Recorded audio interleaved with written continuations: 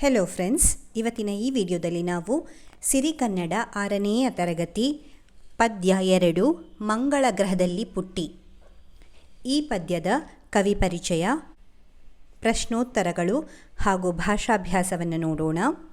ಮೊದಲಿಗೆ ಮಂಗಳ ಗ್ರಹದಲ್ಲಿ ಪುಟ್ಟಿ ಈ ಪದ್ಯವನ್ನು ಬರೆದವರು CM ಗೋವಿಂದ ರೆಡ್ಡಿ. ಕೃತಿಕಾರರ ಪರಿಚಯ. CM ಗೋವಿಂದ ರೆಡ್ಡಿ ಜನನ 11 ಆಗಸ್ಟ್ 1958. ಸ್ಥಳ ಕೋಲಾರ ಜಿಲ್ಲೆಯ ಮಾಲೂರು ತಾಲೂಕಿನ ಚೆನ್ನಿಗರಾಯಪುರ. CM ಗೋವಿಂದ ರೆಡ್ಡಿ ಇವರು ಆಗಸ್ಟ್ 11, 1958ರಲ್ಲಿ ಕೋಲಾರ ಜಿಲ್ಲೆಯ ಮಾಲೂರು ತಾಲೂಕಿನ ಚೆನ್ನಿಗರಾಯಪುರದಲ್ಲಿ ಜನಿಸಿದರು. ಪ್ರಸ್ತುತ ಇವರು ಬೆಂಗಳೂರಿನ ಕಾಡುಗೋಡಿನ ಸರ್ಕಾರಿ ಪ್ರಥಮ ದರ್ಜೆ ಕಾಲೇಜಿನಲ್ಲಿ ಕನ್ನಡ ಸಹಪ್ರಾಧ್ಯಾಪಕರಾಗಿ ಕಾರ್ಯನಿರ್ವಹಿಸಿದ್ದಾರೆ. ಇವರ ಕೃತಿಗಳು ಹೀಗಿವೆ: ಬಣ್ಣದ ಚಿಟ್ಟೆ, ಮಕ್ಕಳ ಮಂದಾರ, ಪದ್ಯ ಹೇಳುವ ಮರ ಮೊದಲಾದವುಗಳು. ನಂತರ ಪ್ರಶಸ್ತಿಗಳು, ಬಹುಮಾನಗಳು. ಪೆರ್ಲ ಕಾವ್ಯ ಪ್ರಶಸ್ತಿ ಇವರಿಗೆ ದೊರಕಿದೆ. ಸಿಸು ಸಂಗಮೇಶ ದತ್ತಿ ಬಹುಮಾನ ಇವರಿಗೆ ದೊರಕಿದೆ. ಕರ್ನಾಟಕ ಸಾಹಿತ್ಯ ಅಕಾಡೆಮಿ ಪ್ರಶಸ್ತಿ ಸಹ ಇವರಿಗೆ ದೊರಕಿದೆ. ಮಂಗಳ ಗ್ರಹದಲ್ಲಿ ಪುಟ್ಟಿ ಈ ಪದ್ಯವನ್ನು ಮಕ್ಕಳ ಮಂದಾರ ಎಂಬ ಕೃತಿಯಿಂದ ಆಯ್ಕೆ ಮಾಡಿಕೊಳ್ಳಲಾಗಿದೆ. ಪದಗಳ ಅರ್ಥ: ಆಗಸ, ಆಗಸ ಅಂದರೇನು? ಆಕಾಶ, ಗಗನ. ಇಷ್ಟ ಅಂದರೆ ಇಚ್ಛೆ, ಮೆಚ್ಚುಗೆ. ರೆಕ್ಕೆ ಅಂದರೆ ಹಕ್ಕಿಗಳ ಪುಕ್ಕ, ಗರಿ. ಒಡಲು ಎಂದರೆ ಶರೀರ, ಹೊಟ್ಟೆ. ಒಡಲು ಅಂದರೆ ಶರೀರ, ಹೊಟ್ಟೆ. ಸಾಗು ಅಂದರೆ ಚಲಿಸು, ಮುಂದೆ ಹೋಗು ಅಂತ ಹೇಳಿ ಅರ್ಥ ಬರುತ್ತೆ. ಮಡಿಲು, ಮಡಿಲು ಅಂದರೆ ಉಡಿ ಅಂತ ಹೇಳಿ ಅರ್ಥ. ಧರೆ ಅಂದರೆ ನೆಲ, ಭೂಮಿ. ನೆಲ, ಭೂಮಿ ಅಂತ ಹೇಳಿ ಅರ್ಥ ಬರುತ್ತೆ. ಹೆಬ್ಬಂಡೆ ಅಂದರೆ ದೊಡ್ಡದಾದ ಬಂಡೆ, ವಿಸ್ತಾರವಾದ ಕಲ್ಲು. ಬರ ಅಂದರೆ ಬರಗಾಲ, ಕ್ಷಾಮ. ಅಳಿ ಅಂದರೆ ಸಾಯು, ನಾಶ ಹೊಂದು. ಗತಿ ಅಂದರೆ ಸ್ಥಿತಿ, ದಾರಿ, ಸ್ಥಿತಿ, ದಾರಿ. ಬಯಲು, ಬಯಲು ಅಂದರೇನು? ಅಂಗಳ, ಮೈದಾನ. ಉಳಿಸು, ಉಳಿಸು ಅಂದರೆ ರಕ್ಷಿಸು, ಕಾಪಾಡು. ನೆಡು, ನೆಡು ಅಂದರೆ ನಾಟು ಅಂತ ಹೇಳಿ ಅರ್ಥ ಬರುತ್ತೆ. ಸರಿನಾ? ಈಗ ವಿವರ ತಿಳಿಯಿರಿ. ನೆಕ್ಸ್ಟ್, ಪುಟ್ಟಿ. ಪುಟ್ಟಿ ಅಂದರೆ ಮಕ್ಕಳನ್ನು ಕರೆಯುವ ಒಂದು ಆಪ್ತ ಸಂಬೋಧನೆ. ಮಕ್ಕಳನ್ನು ಕರೆಯುವ ಒಂದು ಆಪ್ತ ಸಂಬೋಧನೆ. ಮಂಗಳ ನಂಗಳ. ಮಂಗಳ ನಂಗಳ ಅಂದ್ರೇನು? ಮಂಗಳ ಗ್ರಹದ ಬಯಲು ಅಥವಾ ಮಂಗಳ ಗ್ರಹದ ವಿಸ್ತಾರ ಪ್ರದೇಶ. ಬಣಬಣಗುಟ್ಟು. ಬಣಬಣಗುಟ್ಟು ಅಂದ್ರೇನು? ಖಾಲಿ ಖಾಲಿಯಾಗಿ ಕಾಣು, ನೀರವತೆಯಿಂದ ಕೂಡಿರು. ಹೊಸ ಹೆಸರಿನ ಬಂಡೆ. ಮಂಗಳ ಗ್ರಹದಲ್ಲಿ ಕಂಡುಬಂದಿದೆ ಎನ್ನಲಾದ ಒಂದು ದೊಡ್ಡ ಬಂಡೆ. ದುರಂತ. ದುರಂತ ಅಂದರೆ ದುಃಖದಲ್ಲಿ ಮುಗಿಯುವ, ಕಷ್ಟದಲ್ಲಿ ಕೊನೆಗೊಳ್ಳುವ. ಢವಢವಗುಟ್ಟು. ಒಮ್ಮೆಲೆ ಭಯವಾಗು, ಹೃದಯ ಜೋರಾಗಿ ಹೊಡೆದುಕೊಳ್ಳು. ಅಭ್ಯಾಸವನ್ನು ನೋಡೋಣ. ಅಭ್ಯಾಸಗಳು. ಬಿಟ್ಟ ಸ್ಥಳವನ್ನು ತುಂಬಿರಿ. 1. ಒಂದಿನ ಇದ್ದಕ್ಕಿದ್ದಂತೆ ಪುಟ್ಟಿಗೆ ಡ್ಯಾಶ್ ಬಂದಿತ್ತು. ರೆಕ್ಕೆ. ಉತ್ತರ ರೆಕ್ಕೆ. ಒಂದಿನ ಇದ್ದಕ್ಕಿದ್ದಂತೆ ಪುಟ್ಟಿಗೆ ರೆಕ್ಕೆ ಬಂದಿತ್ತು. 2. ಹಾರುತ್ತಾ ತೇಲುತ್ತಾ ಮುಂದಕ್ಕೆ ಸಾಗಿ ಚಂದ್ರನ ಡ್ಯಾಶ್ ಸೇರಿದಳು. ಮಡಿಲನು. ಹಾರುತ್ತಾ ತೇಲುತ್ತಾ ಮುಂದಕ್ಕೆ ಸಾಗಿ ಚಂದ್ರನ ಮಡಿಲನು ಸೇರಿದಳು. 3ನೇಯ ಬಿಟ್ಟ ಪದ. ಪುಟ್ಟಿಯೇ ನಮ್ಮಿ ಮಂಗಳ ಗ್ರಹದ ದುರಂತ ಡ್ಯಾಶ್ ಕೇಳಿ ತಿಳಿ. ಉತ್ತರ ಕಥೆಯನ್ನು. ಪುಟ್ಟಿಯೇ ನಮ್ಮಿ ಮಂಗಳ ಗ್ರಹದ ದುರಂತ ಕಥೆಯನ್ನು ಕೇಳಿ ತಿಳಿ. ನಂತರ 4. ಹಸಿರನ್ನು ಅಳಿಸದೆ ಗಿಡಮರ ಬೆಳೆಸಿ ಉಳಿಸುವೆವೆಂದಳು ಈ ಡ್ಯಾಶ್ ಧರೆಯ. ಹಸಿರನ್ನು ಅಳಿಸದೆ ಗಿಡಮರ ಬೆಳೆಸಿ ಉಳಿಸುವೆವೆಂದಳು ಈ ಧರೆಯ. ಆ ಕೆಳಗಿನ ಪ್ರಶ್ನೆಗಳಿಗೆ ಒಂದು ವಾಕ್ಯದಲ್ಲಿ ಉತ್ತರಿಸಿರಿ. ಸರಿನಾ? 1. ಪುಟ್ಟಿಗೆ ಯಾರ ಹಾಗೆ ಹಾರುವ ಮನಸ್ಸಿತ್ತು? ಉತ್ತರ: ಪುಟ್ಟಿಗೆ ಹಕ್ಕಿಯ ಹಾಗೆ ಹಾರುವ ಮನಸ್ಸಿತ್ತು. ಪುಟ್ಟಿಗೆ ಹಕ್ಕಿಯ ಹಾಗೆ ಹಾರುವ ಮನಸ್ಸಿತ್ತು. 2ನೆಯ ಪ್ರಶ್ನೆ: ಚಂದ್ರನ ಬಿಟ್ಟು ಮೇಲೆ ಹಾರಿದ ಪುಟ್ಟಿ ಎಲ್ಲಿ ಸೇರಿದಳು? ಉತ್ತರ: ಚಂದ್ರನ ಬಿಟ್ಟು ಮೇಲೆ ಹಾರಿದ ಪುಟ್ಟಿ ಮಂಗಳನಂಗಳ ಸೇರಿದಳು.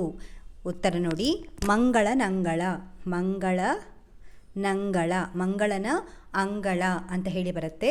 ಇದು ಜೋಡಿಸಿ ಬರೆದಾಗ ಮಂಗಳನಂಗಳ ಸೇರಿದಳು ಅಂತ ಹೇಳಿ ಆಗತ್ತೆ. ಚಂದ್ರನ ಬಿಟ್ಟು ಮೇಲೆ ಹಾರಿದ ಪುಟ್ಟಿ ಮಂಗಳನಂಗಳ ಸೇರಿದಳು, ಮಂಗಳನ ಅಂಗಳಕ್ಕೆ ಸೇರಿದಳು ಅಂತ ಹೇಳಿ ಅರ್ಥ. 3ನೆಯ ಪ್ರಶ್ನೆ: ಪುಟ್ಟಿ ಯೋಗಿಗೆ ಏನೆಂದು ಕೇಳಿದಳು? ಉತ್ತರ: ಪುಟ್ಟಿ ಯೋಗಿಗೆ ನೀನು ಹೇಗೆ ಇಲ್ಲಿಗೆ ಬಂದೆ ಎಂದು ಕೇಳಿದಳು. 4ನೆಯ ಪ್ರಶ್ನೆ: ಮಂಗಳ ಗ್ರಹದಲ್ಲಿ ಬರ ಏಕೆ ಬಂದಿತು? ಉತ್ತರ: ಮಂಗಳ ಗ್ರಹದಲ್ಲಿ ಆಗಿನ ಜನತೆ ನಾಡನ್ನು ಕಟ್ಟಲು ಮರಗಿಡಗಳನ್ನು ಕಡಿದರು. ಆದ್ದರಿಂದ ಅಲ್ಲಿ ಬರ ಬಂದಿತು. ಮಂಗಳ ಗ್ರಹದಲ್ಲಿ ಆಗಿನ ಜನತೆ ನಾಡನ್ನು ಕಟ್ಟಲು ಮರಗಿಡಗಳನ್ನು ಕಡಿದರು. ಆದ್ದರಿಂದ ಅಲ್ಲಿ ಬರ ಬಂದಿತು. 5ನೆಯ ಪ್ರಶ್ನೆ: ಪುಟ್ಟಿ ಜನರಲ್ಲಿ ಏನನ್ನು ಉಳಿಸಲು ಬೇಡಿದಳು? ಉತ್ತರ: ಪುಟ್ಟಿ ಜನರಲ್ಲಿ ಹಸಿರನ್ನು ಉಳಿಸಲು ಬೇಡಿದಳು. ಏನು ಉಳಿಸಲು? ಹಸಿರನ್ನು ಉಳಿಸಲು ಬೇಡಿದಳು. ನಂತರ ಈ ಪದ್ಯ ಭಾಗವನ್ನು ಪೂರ್ಣಗೊಳಿಸಿರಿ. ಆಗಸದಲ್ಲಿ ಹಾರುವುದೆಂದರೆ ಪುಟಾಣಿ ಪುಟ್ಟಿಗೆ ಬಲು ಇಷ್ಟ. ರೆಕ್ಕೆಗಳಿಲ್ಲದೆ ಹಾರಲು ಹೋದರೆ ಆಗದೆ ತೊಂದರೆ ಇದು ಕಷ್ಟ. 2ನೆಯದು: ಮಳೆ ಬೆಳೆ ಕಾಣದೆ ಜೀವಿಯು ಅಳಿದು ಬಂದಿತು ನಮಗೆ ಇಂಥ ಸ್ಥಿತಿ. ನಿಮ್ಮ ಭೂಮಿಯಲ್ಲಿ ಗಿಡಮರ ಅಳಿದರೆ ಮುಂದೆ ಒಂದು ದಿನ ಇದೇ ಗತಿ. CM ಗೋವಿಂದರೆಡ್ಡಿಯವರ ಸ್ಥಳ, ಕಾಲ, ಕೃತಿಗಳ ವಿವರಗಳನ್ನು ತಿಳಿಸಿ. ಉತ್ತರ: CM ಗೋವಿಂದರೆಡ್ಡಿಯವರು 11/8/1958 ಅಂದರೆ 11 ಆಗಸ್ಟ್ 1958 ಕೋಲಾರ ಜಿಲ್ಲೆಯ ಮಾಲೂರು ತಾಲೂಕಿನ ಚೆನ್ನಿಗರಾಯಪುರ ಎಂಬ ಊರಿನಲ್ಲಿ ಜನಿಸಿದರು. ಅರ್ಥ ಆಯ್ತಾ? CM ಗೋವಿಂದರೆಡ್ಡಿಯವರು 11/8/1958 ಕೋಲಾರ ಜಿಲ್ಲೆಯ ಮಾಲೂರು ತಾಲೂಕಿನ ಚೆನ್ನಿಗರಾಯಪುರ ಎಂಬ ಊರಿನಲ್ಲಿ ಜನಿಸಿದರು. ಮಕ್ಕಳ ಸಾಹಿತ್ಯ ರಚನೆಯಲ್ಲಿ ವಿಶೇಷ ಆಸಕ್ತಿ ಹೊಂದಿದ ಇವರು ಬಣ್ಣದ ಚಿಟ್ಟೆ, ಮಕ್ಕಳ ಮಂದಾರ, ಪದ್ಯ ಹೇಳುವ ಮರ ಮೊದಲಾದ ಕೃತಿಗಳನ್ನು ರಚಿಸಿದ್ದಾರೆ. ಇವರ ಕೃತಿಗಳು ಯಾವ್ಯಾವುದು? ಬಣ್ಣದ ಚಿಟ್ಟೆ, ಮಕ್ಕಳ ಮಂದಾರ, ಪದ್ಯ ಹೇಳುವ ಮರ.